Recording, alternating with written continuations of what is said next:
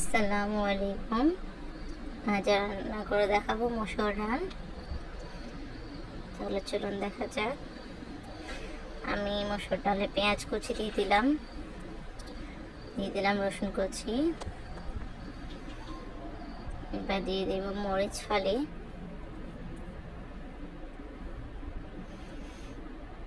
তার মধ্যে অ্যাড করে দেব টমেটো এবং সামান্য পরিমাণে আদা রসুন বাটা।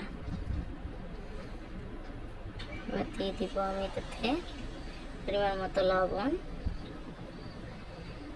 দিয়ে দিচ্ছি হলুদের গুঁড়ো, সঙ্গে দিয়ে দিচ্ছি সামান্য পরিমাণে জিরার গুঁড়ো।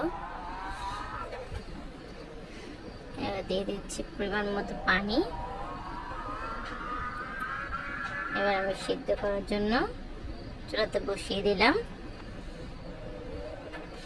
খুব ভালোভাবে সিদ্ধ করে নিতে হবে।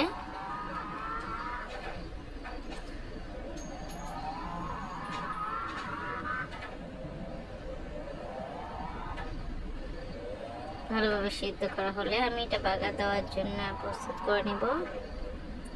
বাগারের জন্য নিলাম পেঁয়াজ কুচি এবং দিয়ে দিব রসুন কুচি।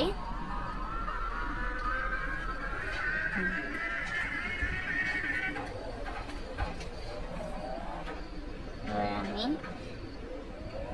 ডালে দিয়ে দিলাম।